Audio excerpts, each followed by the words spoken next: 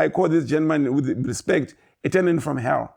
Hey, what's up guys? Welcome back to my channel, and in this video I'm going to be interviewing a property millionaire who has over a dozen properties he's built up over the last many years actually. He's been in business since 1984 when he started a nursing home. He is now on the Property Investors Academy. His rent roll is £6,000 a month and he's absolutely killing it in property. But in this video he's going to be sharing what his successes have been, but also where he's made mistakes, what he wish he knew then, which he now knows now, his goals for the future, but more importantly, the mindset of somebody who can get through a recession, who can become a property millionaire. So I think you're going to really enjoy this one. Why don't you subscribe, hit the like button, and Doug, welcome to my house. Thank you. So you've been in property for many years. You've also been in business since before I was even born. So why don't you start by just sharing, what is it that made you want to get into business, want to get into property? Where did that desire to become an investor come from? Thank you. Yeah, initially I came from Zimbabwe many years ago into UK because there were no opportunities actually in that particular country. In actual fact, we're at war. When I go to this country, I found most people just go to a job and make a living. Nothing wrong with that, that's fine. Then I realized the more I become an employee for somebody else, all I had was a paycheck. Sadly, I found paycheck, I couldn't even last a month. In other words, there were more months left at the end of every paycheck for me. That's when I really started to go into business. And my first business basically was in building a nursing home. That's when I became in love with this industry of property. And was that in the UK or in Zimbabwe? Right here in the United Kingdom. Oh, that was here in the UK. Yes. So you came from Zimbabwe. Yes. And you started your first business in the UK in 1984. That was before I was even born. And did that go well? Well, it went very well because I bought a property literally which was a disused property, no roof, no walls, nothing. And everybody laughed at me. They absolutely laughed at me. And then I realized, no. I listened to a gentleman called Walt Disney. He said to himself, he had 7 friends. If he introduced any good idea to 7 people, and if one of them said it was a bad idea or a good idea, he wouldn't do it. If all said no, he would go and do it because he realized majority of the population are going the wrong way. So when my friends said no to me, this building anyway, I found an opportunity. In other words, I found a derelict and a building to over £1 million worth of property. By the time I finished with it. Wow. And that was just the first one? Correct. You've gone on now, you've bought over a dozen properties. Correct. You've shown me the list and all the addresses and it's great. I mean, you're a property millionaire, you're financially free, but for you, you're just getting started. I mean, you tell me, when you came onto the train and you were like pinching yourself saying, I wish I'd known this earlier. What is it that you know now that you wish you knew all those years ago? Okay. Yeah, I appreciate you calling me a property millionaire, which I am. But I realized again, talking to my mentor, John C. Maxwell, he said, if you become a millionaire on your own, it's a shame because that is really pitfall. When you become a multi-millionaire in other words, with a team, you can actually achieve lots more. So that's the reason why I feel I could have done more with what I had, but it doesn't matter. Yeah. You say it doesn't matter, but you constantly tell me, I wish I'd known that. I wish I'd known that. I know. Yeah. You're quite, you're quite well established in property. Why would someone as established as you, that's making good money, that's financially free, still be continually coming down to these courses, reading books, getting mentors? Why do you do that still? Right. As I said to you, I came from a country way back in Africa, which is very poor. I've never forgotten my roots. The people where I come from are really very poor, economically and everything else.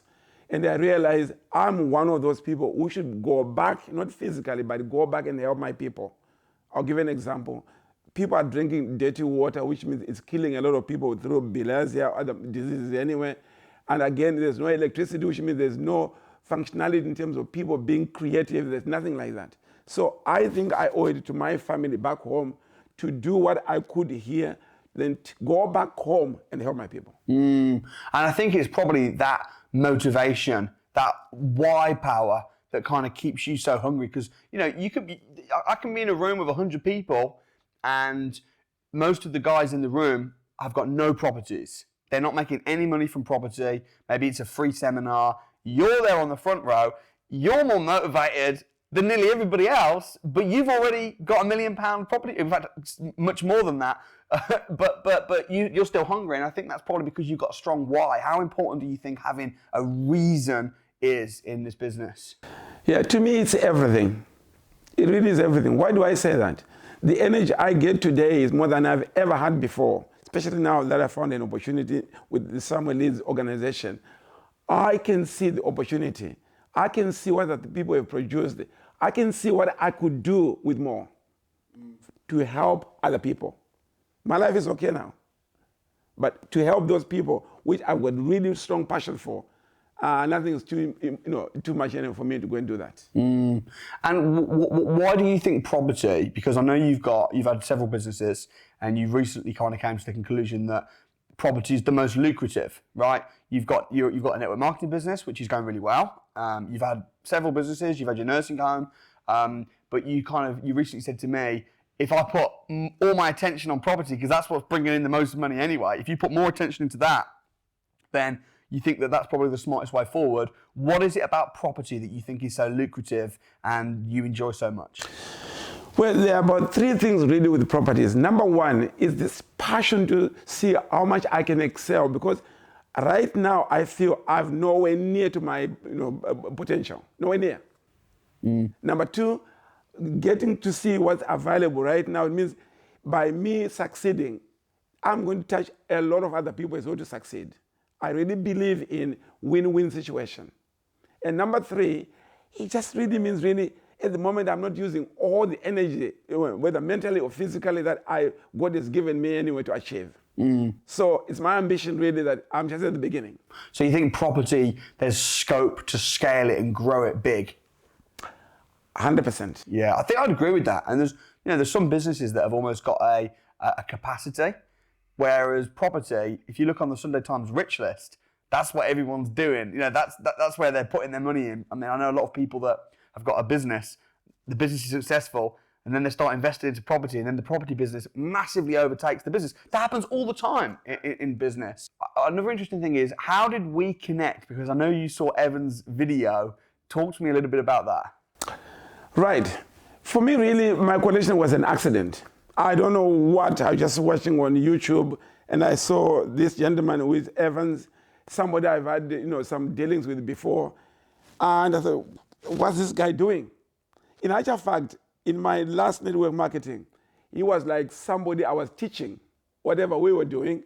Now I see this guy here is a property, almost a millionaire, and I'm thinking, what am I doing that I should be doing? So he was the one person who really inspired me. And when I heard what you told him, whatever you're talking about, and I'm thinking, now I know. It's not just Evans.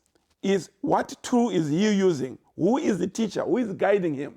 That really inspired me to come and find you. Yeah, nice. Because you've known Evans for many years. Many years. And, he came down and he saw what you were doing in network marketing, attended some of the classes, looked up to you, saw you as a mentor and as a role model. And then you then saw him and were like, man, what is going on? And the video's blown up. It's had like almost 250,000 views now. And, that's fabulous. So in your years of property investing then, what would you say have been some of your biggest mistakes? Yeah, mistake number one is not having enough knowledge. That to me really is the biggest mistake I ever made. Number two, I really didn't have the focus that the business entitled me to. I had other my eyes on other things that I was doing, because I love personal development. So I was focusing more on that, developing other people, and not realizing I could be developing that as well as property time as well. Okay. Yeah. And also you've got a lot of tenants. So, with the amount of properties that you've got and the amount of tenants that you've got, is it been smooth sailing? Have you had a lot of nightmare tenants? Have you had some disasters, or have you been pretty fortunate? Now, one thing I really did right in the first place was to find really the managing team. I've always relied on letting agencies to do the work for me, because that is an area I didn't have the time to do it or the know-how to do it. So I've been almost lucky in terms that over all these years, only one tenant has given me any challenges. Yeah, and fortunately, that tenant gave me challenges at the time that I met you. So it's been plain sailing. I hope it wasn't to do with me that tenant. What happened with the tenant? You know, when they say, look, when the student is ready, the teacher will appear. This tenant really was just somebody challenging individual. You know, he didn't want to pay the rent. He didn't want to accept, workmen going to this place, and then he complains. It was a vicious cycle, just a horrible somebody. You know, I call this gentleman, with respect, a tenant from hell. Yeah. Okay? But anyway, that's the only time I ever had any challenge with tenants. Otherwise, mostly I relied on letting agencies to do the work. And what happened with this tenant? What did you do? Well, this particular tenant anyway is one thing led to another. The first thing is he was made redundant, and then he couldn't pay the rent. And then he was being given money by the council anyway, but he was just difficult somebody, really rude, crude somebody. How did you get rid of him? Well, I got rid of him literally through having to go through the lawyers. Right. I had to employ a lawyer to actually begin to send letters, and fortunately, just before he was pushed, he jumped. He moved out. Yeah. And sometimes, when you've got a lot of tenants, you've been in property for many years, it is going to happen that sometimes you have this type of problem. How important is mental toughness and having the right mindset in this business? Well, mental toughness, I think, is everything. Because if you really haven't got this longevity, long-term basis anyways, we can look at just now. Even these challenges, for me, that is a part of success. I welcome them. Because I normally find people that know more than I do and bringing that knowledge anywhere, which I haven't got. I'm quite humble to do that. I've never been, I've got to know everything.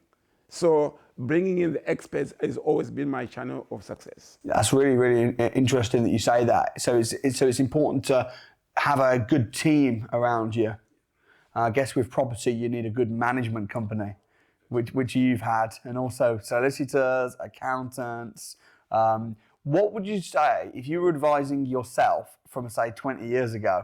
Your younger self that was just starting to want to get into property and starting to get the first tenants. What advice would you give your younger self? I think number one really is to have a plan. That's really would be number one. I think somebody said, you got to plan your battles and the battle your own plans. Or you can either plan to fail to plan, that sort of thing anyway. So having a plan of exactly where you're going would be the first thing. I didn't have any. Right. Because the reason why I was buying these properties, I was buying them for my staff. Because I owned a nursing home, people came from overseas, they have nowhere to live. I'll buy a property, okay, you can go and rent there, you can go and rent there. It was not structured, it was almost an accidental activity. So my younger self, I would advise, look, focus. Have a plan of action, where are you going in that particular area, and follow that plan. Interesting. And what now, in 2022, do you think is the best way to invest in property? Right. For now, really, is number one, you need to have a mentor. To me, that is central. Behind the mentor, I need to have the ability to want to learn, which I think is so important. Number three, I don't want to look back anymore. But looking back is not where I want to be. I've got to really be futuristic. Yeah. Where am I going? Okay? Find a way to get there. And more importantly, having a team around me. Why do you think it's so important to have a mentor? Okay. Yeah, see, like I said to you before, I became a millionaire, property millionaire on my own. Until I read this wonderful book by John C. Maxwell, he says, it's a shame if you become successful on your own. Whereas if you can have a team around you, I remember someone said, you can go fast if you run on your own, but you can go further with a team. Yeah. So I've always really encompassed, who can I work with? Who can I find, align with? I think in this industry, we call it joint ventures. I didn't know that terminology, but I just knew the word team. T-E-A-M. Together, everyone achieves more. Yeah, brilliant.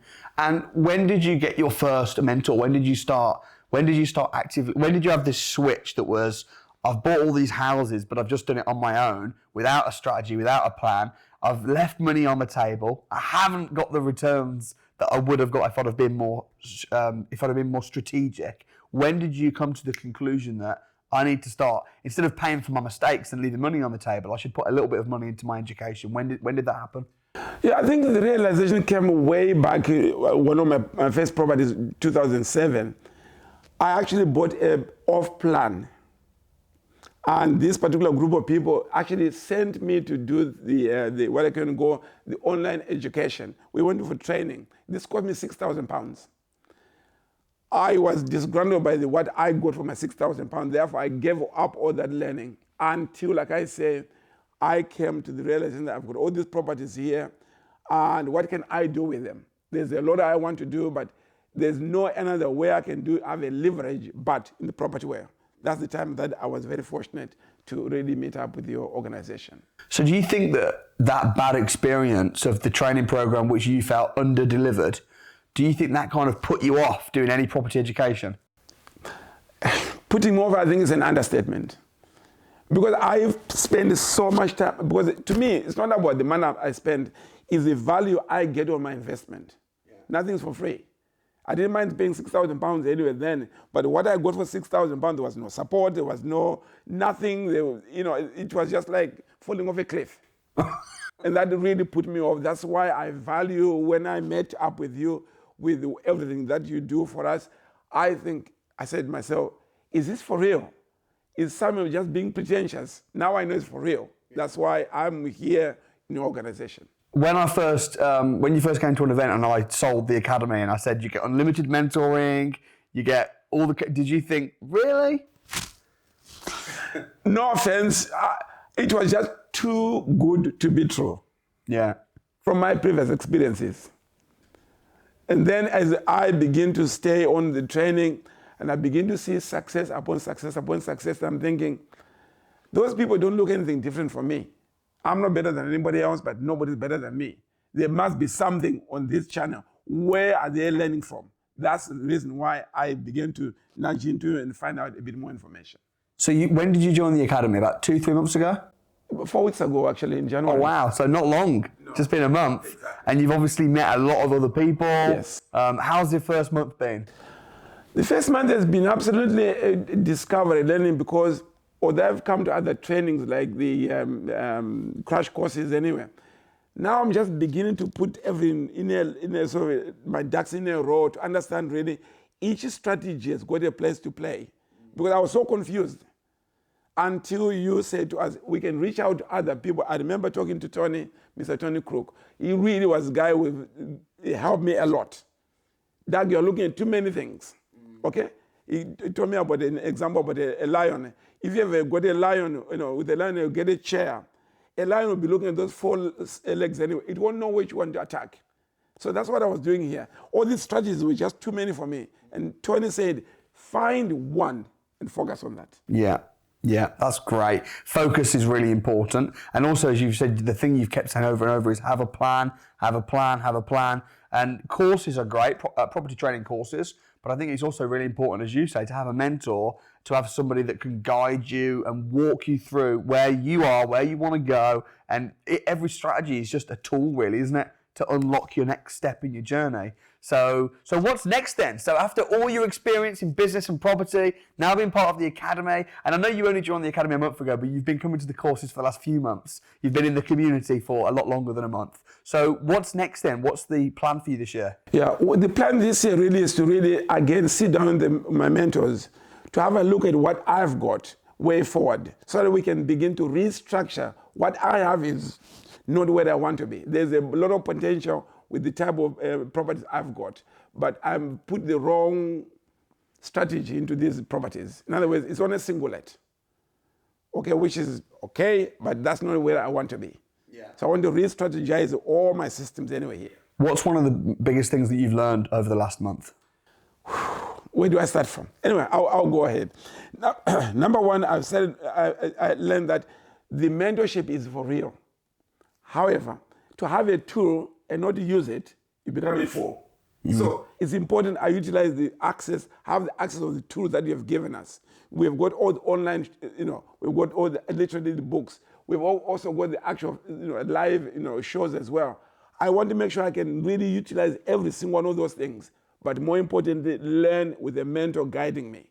And I remember when I said from stage at one of the training programs, you should be making a minimum of £500 per property. And you were like, oh, because your properties don't make £500 a month profit. And that's profit. So you're financially free. Your rent roll is about just over £6,000. Profit's about half that, right? Which is good. And you're financially free. And that's more than an average job will give you. And you're financially free. But of course, you want to do much more than that. So, what was the big lesson there for you? The big lesson there really is, like I said to you, once you have got someone guiding you and being able to listen, and more importantly, get into action. It's okay to have the knowledge, but if you're sat, all the time, it's not going to happen. You've got to get into action, but follow the guidelines, which there's plenty of it anywhere around. I really believe is that who you're around is who you become. I think it's important to have a good environment. And I don't know what advice would you give to someone that's just starting out or wants to get started in property, but all their friends are maybe a little bit negative, skeptical, their family are saying, be careful, and because that can be really challenging when you're starting out. I know I've experienced that, where I've had a lot of my friends when I started out that were sort of holding me back. What advice would you give to someone that's in the wrong environment that's wanting to become successful in property? Yeah, I think there's a saying, really, we become who we associate with. I remember a gentleman said, in 5 years, we're going to be exactly the same person except for two things: the people you mix with and the books you read. Mm. So if you look around, we all have to look around and say to ourselves, who are the 5 people I associate with? I know sometimes it's family and people very close to you, people with the same name as you, or people you share the bed with, and whatever it is anyway. But one has got to make a mental note and say, okay, these people here don't pay my bills. If I listen to what they've got to say, I'm buying their lifestyle. Is that where I want to be? Yeah. Now, is it easy to placate yourself from these people? Well, you've got to make a determination. Because at the end of the day, if someone is jabbing you in the back anyway, are you going to stay around? Oh, by the way, you are only family. Keep on doing that. So I find really, you have got to find the people that are going to take you from, people are like stairways. They either take you up or take you down. You've got people always undermining your efforts, or undermining everything else. Why would you stay with that person? So my advice to anybody is, you need to know which side your bread is buttered. Yeah. Where can you get the values that you are looking for in life? Rather than just mourn and groan in that environment. You gave us the example about the dog in the chair, or whatever it is anyway. Yeah, if that dog was always howling, it's sitting on that nail. Well, maybe it's not hurting enough. But when you know it's hurting you and the future is not where you want to be, you have got to take action. And what's the best advice you could give for finding new friends and building up a power team? How would one go about that from scratch? All right. Number one, really, you can't build a power team inside your house. Everything we need is outside our house. Yeah. Step outside.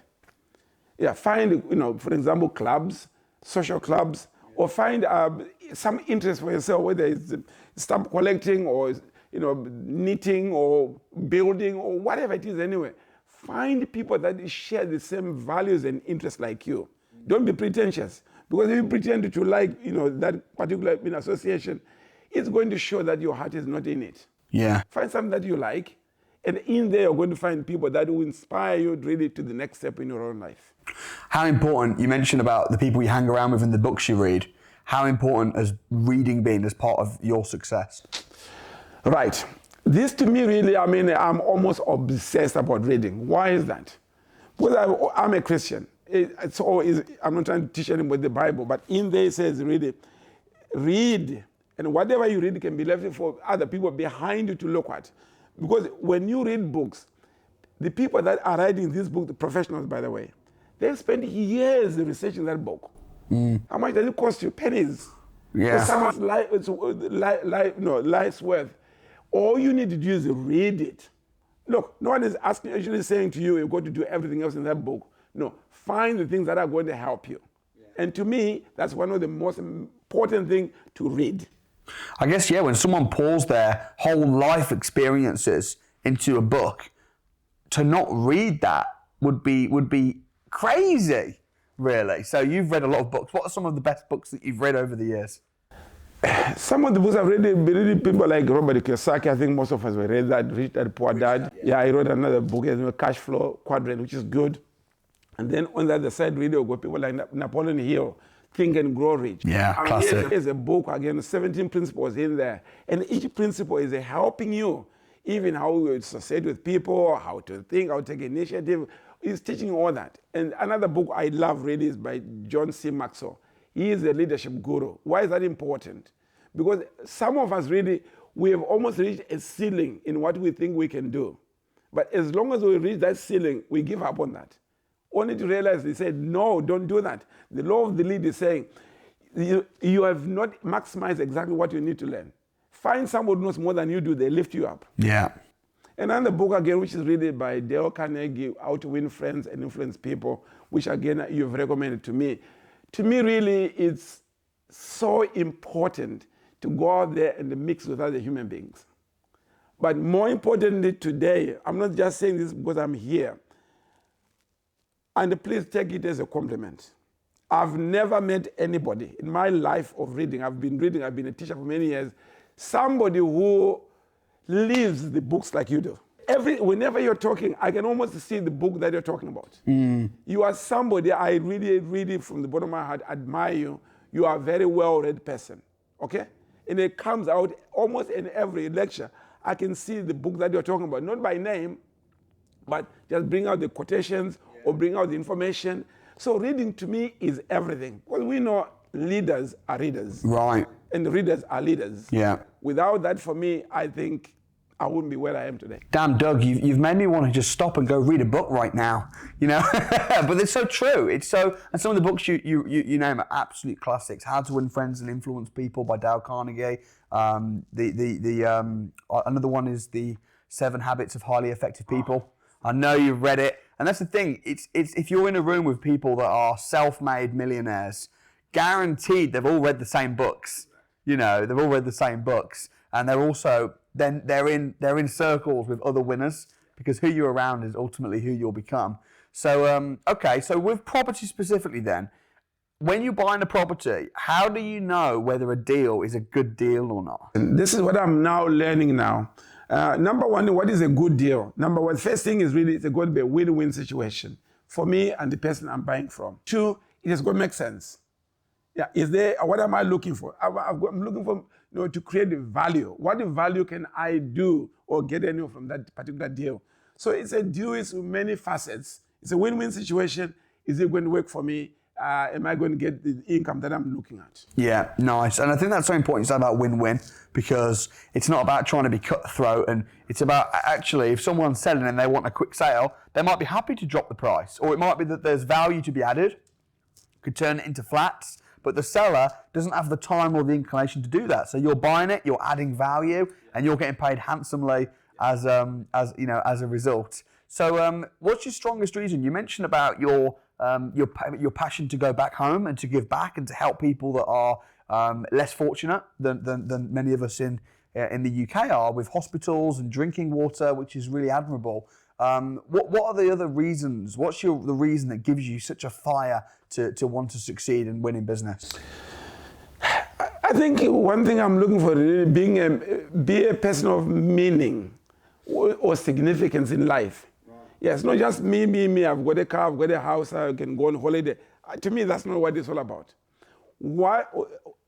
My mission is, can I make this world a better place in a small measure than the world I found in? And to me, really, that's everything. I remember very clearly someone said, really, look, it's like Chinese proverb. When a tiger dies, it leaves its stripes. When a man or woman dies, they leave their name. What name are people going to be talking about? That journey, not as an egotistic journey, no. What have I done to contribute to the betterment of other human beings? Yeah, powerful. And I think as well, sometimes people say to me, they say, Samuel, when will enough be enough? And the answer is, well, never, because I'm never going to get to a point where I say, I've achieved enough now, I've got enough houses, I've made enough money, because it's not about the money or about how many houses. It's about the significance and about being the best version of myself and about leaving something. So, I think the moment that you say, I can retire now. I mean, I know you'll never retire. You're never going to get to a point where you just switch off and stay at home and watch the news in your slippers. You're always going to have that fire. And, it's interesting because I think people think that when they make £3,000, £4,000 a month passive income, like you're doing, they'll retire. But actually, human beings are meant to be continually progressing and growing. And if you're not growing, you're dying. So it's great to see that fire in you as someone that's been in property for longer than I've been even in this world, but still to this day got that fire in your belly and learning and growing. It's really inspiring. So what would be your final words of wisdom or advice to someone watching this interview, wanting to get started in property from the beginning? What would you say their first step should be? I think the first thing, like I said at the beginning, really is you've got to have your will, the reason why you want to do this. That's really important. Because we all have what they can call fads. Oh, I want to do this, I want to do that. And it doesn't last 2 minutes. Number one. Number two, find somebody who can actually guide you on this journey. Because fumbling through anything that you want to do, you're going to get tired. You're going to really bump into obstacles. Okay, there's always somebody that answers somewhere else. Do that. So you need a mentor anyway. And then finally, stay the course. Whatever advice, it's really almost rude when people give you advice and you don't take it. You might as well not ask for it. Yeah. So once again, there is a lot of help around. Ask somebody. Yeah. It's not about being humble. No, it's about really finding information. Once you can do that, the road ahead is so plentiful. And more importantly, I always say to myself, I'm going to be living a life of abundance. Yes. That's really the key for all of us. There's plenty in the world. You can't say, well, because someone's a millionaire, they've taken my slice of the cake. No, we always make money all the time. There's not enough of us making this money, okay? It's an ever-ending story. So thinking abundance for me is very important. That's great. And also you've spoken a lot about finding a mentor. And of course, depending on what you're wanting to learn, some people might want it to be. I always say to people, if you want a mentor that's going to help you get a six-pack, I'm not your guy. You want to find someone that's actually achieved what you want to achieve. Or if you might be looking for a mentor even in how to become an actor or how to learn a musical instrument. So, but I guess the question is, and this isn't just in property, but just in general. What things would you say? Because there's good mentors, there's bad mentors. There's good training courses, there's bad. You've experienced some training courses that were so bad that they put you off for almost 15 years. I know. Before you finally got recovered and said, right, I'm gonna give it another go. But what would you say? Advice would you say? How do you find a good mentor? What things should you be looking for? Because there's a lot of people out there that aren't good. There's a lot of fakes out there. What would you say you should be looking for to be able to tell whether someone is actually a good mentor or not? Thank you again for that question. I think here's the deal. We can either lower the bar, okay, and lose all the big people in your own life, or you can raise the bar of your own life and win all the winners. So here it is when I found you, and please take this as a compliment, I just didn't find somebody as a mentor. I find somebody who walks his walk. That's very important. People, they talk the talk. They do nothing. And number two, I just love the energy, honestly, that some of you have. Even on a picture, your picture is always, money in action, and I love that. Wherever you are the person who lights up the room as soon as you walk in that room because of your energy. So to have a mentor in you, to me, I can never have enough of you, if you see my point. Yeah, no, I appreciate that. And I mean that from the bottom of my heart. No, thank you. And I think as well, one of the interesting things you said earlier was, and I know one of the reasons that you chose to join the Property Investors Academy was you were seeing all these successful people and it all pointed back to the source of, and I think for me, if I'm looking at, because I get a lot of mentors myself, I pay and I invest in my education. One of the things I look for in a mentor is, who have they mentored before, and what has the fruit been?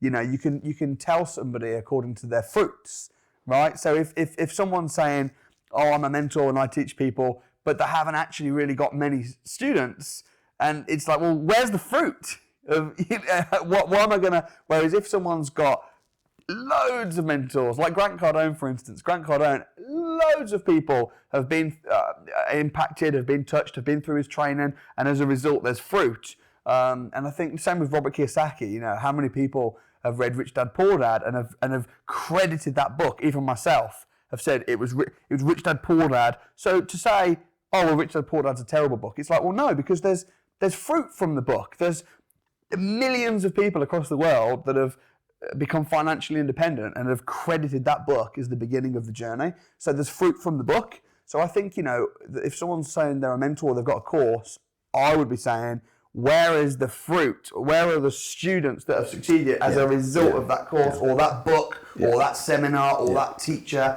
And I think that's one of the best ways to tell. And of course, are they walking the walk themselves? How long have they been in the industry? Have they got proof of that? And then, as you say, the energy. Sometimes you have to go on your gut feeling as well a little bit, your intuition. But that's amazing. Well, I really appreciate you coming down, and it's been such a pleasure working with you for the last few months. Thank you. Ladies and gentlemen, I hope you enjoyed that interview filled with wisdom from Doug, who is a true gentleman. He's not only a property millionaire and financially free, but he's also got a really good heart and a heart to help others and see other people win. So if you enjoyed the video, then why don't you go ahead and smash the like button. If you want to come down to the Property Investors Crash Course and you want to meet me in person and meet other people, then why don't you join the Property Investors Crash Course. I'm going to leave a link in the description. There are free tickets available, but they are very limited. So get yourself booked right now. Subscribe, enjoy the whole playlist with hundreds of people that have been through my training that are financially free over here, and I'll see you next time.